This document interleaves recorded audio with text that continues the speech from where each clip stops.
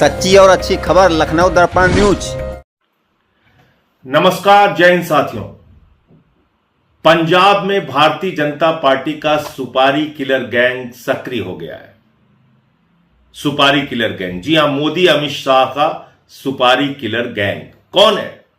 ED, CBI, केंद्र की जांच एजेंसियां, जिसका इस्तेमाल भारतीय जनता पार्टी अपने राजनीतिक विरोधियों के चरित्र की हत्या करने के लिए, उनकी राजनीति की हत्या करने के लिए, उनको बदनाम करने के लिए इस्तेमाल करती है। पहले बंगाल में यही काम हुआ, दिल्ली में यही काम हुआ, देश के अलग अलग हिस्सों में यही काम हुआ। अब यही काम पंजाब में शुरू हो गया है। पहले अशोक मित्तल पे छापा मारा गया, तोड़ा गया। संजीव अरोड़ा पे छापा मारा गया। फिर उसके बाद कल दिन में खबर चली सुबह कि सीएम के ओएसडी के करीबियों पे छापा मारा गया। फिर बोले अरे इसमें तो कोई बात बनी नहीं, थोड़ा खबर को मोड़ो। फिर बोले नहीं, आम आदमी पार्टी के प्रदेश अध्यक्ष अमन अरोड़ा के करीबियों पे छापा मारा गया। अरे भाई, करीबियों पे छापा मार रहे हैं, उनका अपराध क्या है? ना तो अमन अरोड़ा का कोई अपराध, ना उनके करीबी पर जिन पे छापा मारा है उसका क्या अपराध, वो आप बताने को तैयार हो? कुछ नहीं, बस खबर चलाए जाओ, बदनाम किए जाओ, आम आदमी पार्टी के अच्छे कामों को रोके जाओ। उसमें एक एसके बजाज के यहां छापा पड़ा जो भारतीय जनता पार्टी को चंदा देता है, लाखों करोड़ों का चंदा देता है।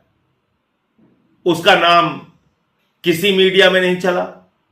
ईडी ने अपनी प्रेस विज्ञप्ति में नहीं लिखा कि भारतीय जनता पार्टी को चंदा देने वाले व्यक्ति पे ईडी ने छापा मारा, बीजेपी से जुड़े हुए व्यक्ति पे ईडी ने छापा मारा, कहीं नहीं बताया।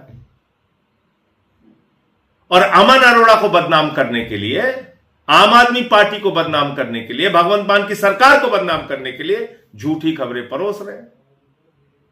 ईडी आज की तारीख में सभी निचली अदालत से लेकर सुप्रीम कोर्ट तक लात खाने वाली, जूता खाने वाली सबसे अविश्वसनीय संस्था बन गई है। फटकार पे फटकार इनको मिलती है, लेकिन सुधर ही नहीं रहा है, क्योंकि किलर गैंग है।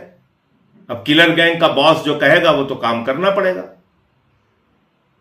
तो इसलिए अमन अरोड़ा ने सामने आके कहा कि उनका 31 साल का राजनीतिक जीवन पूरी तरह से पाक साफ है और जहां बोलो वो आने के लिए तैयार है। तो इसलिए इस प्रकार का गंदा राजनीतिक खेल पंजाब में मत खेलिए मोदी जी। पूरा पंजाब आपको देख रहा है। चुनाव लड़िए, चुनाव में आइए, पंजाब की जनता आपको जवाब देगी। इस प्रकार की गुंडागर्दी वहां चलेगी नहीं। आप जांच एजेंसियों के जरिए एक के बाद दूसरे नेताओं को बदनाम करने की पंजाब में जो कोशिश कर रहे हैं, वो कोशिश आपकी सफल नहीं होगी। एक ही बात मैं कहना चाहता हूं कि ईडी हो, सीबीआई हो, जितनी भी जांच एजेंसियां हैं इनकी, उसका दुरुपयोग दिल्ली में, गुजरात में, पंजाब में और जहां भी होता है आम आदमी पार्टी को दबाने के लिए ये लोग करते हैं। लेकिन आम आदमी पार्टी डट के मजबूती से इनसे लड़ने का काम करती है। जो डर गए, जो झुक गए, उनको इतिहास कभी माफ नहीं करेगा। जो रुकेंगे, लड़ेंगे, उनके साथ पंजाब और देश खड़ा होगा। जय हिंद।